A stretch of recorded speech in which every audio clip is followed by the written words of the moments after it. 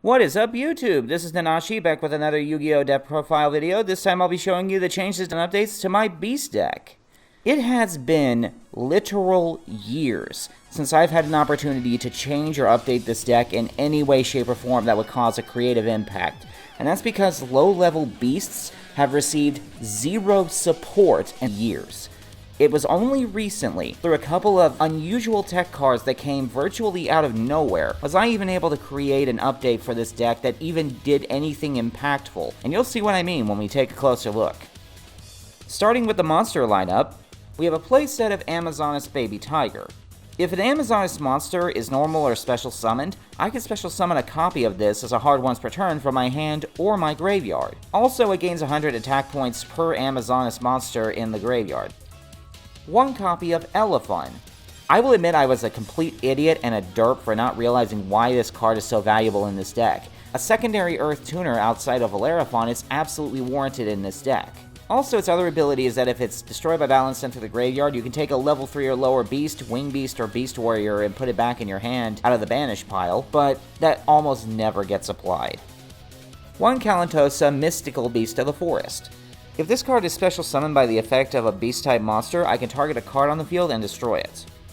One Fabled Cerberel. A certain monster in my extra deck has actually made me consider bumping this card up to 2, but I'm still on the fence about it. Also, if it's discarded to the graveyard, I can special summon it. A playset of Valeraphon Mystical Beast of the Forest.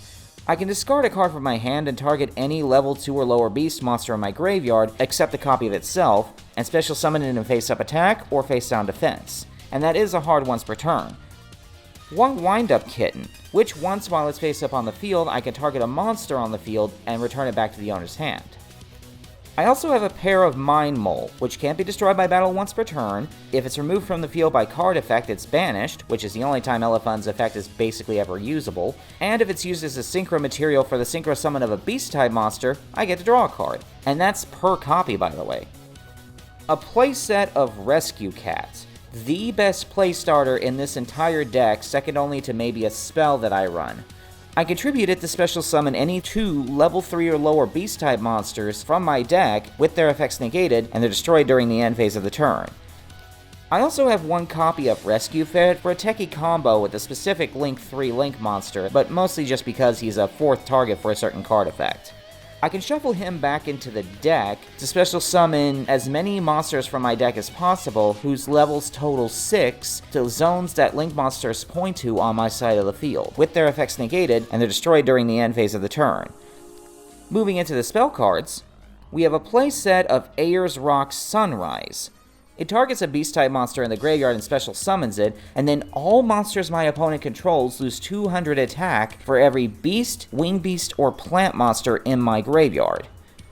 A playset of Call by the Grave. With this deck pulling as so many monsters out of the deck, Ash Blossom is its worst enemy, and I need to make sure that I can handle it should it come up. A pair of Cosmic Cyclone, and there's a specific reason I'm running this over something like Twin Twisters in this deck now. And that reason is the pair of Emerging Emergency Rescue. If my life points are lower than my opponent's, and there's a lot of cards in this deck now that do that, I am able to reveal 3 beast-type monsters with 300 attack and 100 defense from my deck, and my opponent must pick one to put in my hand. A playset of Instant Fusion, one Monster Reborn, a playset of Obedience Schooled, which may or may not be as good or better of a card than Rescue Cat. See, this card can pull 3 level 2 or lower beast-type monsters from my deck with their effects negated, but I am locked into playing beast-type monsters for the rest of the turn. A playset of the newest tech spell that I run in this deck, Performa Pal Pop-Er-Up. I can discard up to 3 cards from my hand as cost, which makes this a very risky card to play, but if the effect is allowed to go through, I get to draw that same number of cards and either special summon monsters from my hand whose levels are between certain pendulum scales I control, which I don't do, or I lose 1,000 life points for every card currently in my hand when the effect resolves. One Pot of Avarice. It returns 5 monsters in the graveyard back to my deck, and then I get to draw 2 cards. One Raigeki, one Scapegoat, and one Upstart Goblin. Now since there are no trap cards in this build, let's just slide right into the side deck. I run a playset each of Dark Ruler No More, Herald of the Abyss, Solemn Johnson, Solemn Strike, and Solemn Warning. And finally, we finish up with the extra deck. I run a pair of Fusionist, which is just an instant fusion target and a synchro material. The other instant fusion target I run is Ojama Knight. I'm able to target 2 monster zones my opponent controls that currently have no monsters in it, and make them unable to put monsters in them at all. 1 copy of the Fabled Unicorn. While my opponent and I both have the same number of cards in hand, all my opponent's activated cards and effects are negated and destroyed. A pair of Naturia Beast. It's able to mill 2 cards off the top of my deck to negate any spell card, and that ability is not once per turn, but I don't want to sit here and say that this deck is basically just a helmet deck for the sake of Naturia Beast, but this deck is basically a helmet deck for the sake of Naturia Beast. 1 Thunder Unicorn. I almost never use it, but I want the option to be there in the event that I don't have access to an Earth Tuner. Once per turn, I can target a monster the opponent controls and reduce its attack points by 500 for every monster I currently control. The only downside is if I do this, he is the only card that can attack during that battle phase. I also run a playset of Ronin Raccoon Sandayu. By detaching a material from him, I'm able to special summon a token whose attack points are equal to the highest attacking monster on the field. Also, if there's another beast-type monster on the field, he cannot be destroyed by battle or card effects. I run 1 copy of Cross Sheep, which I was lucky enough to pick up while it was still $5, thankfully. It can be summoned using any 2 monsters with different names, and depending on what it points to, if a monster is special summoned to one of its link arrows, I can get the following effects. If it's a fusion monster it points to, I can resummon any level 4 or lower monster from my graveyard with its effects intact, essentially making any fusion monster into a Norden.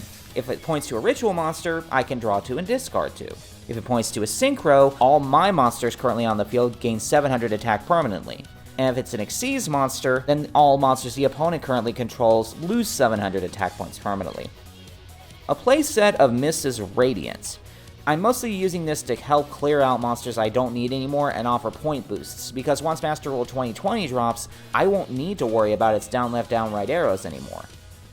And finally, 1 copy of Ojama Emperor, a card I have been wanting to put in this deck ever since I learned about it. Or at least I would run one if my copy in the mail that I pre-ordered ever came in.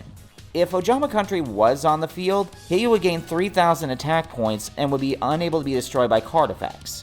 The opponent takes all battle damage involving attacks with him, and I can resummon any Ojama monster out of the graveyard except for a Link, but if I do so, I am locked into only being able to special summon fusion monsters for the rest of the turn.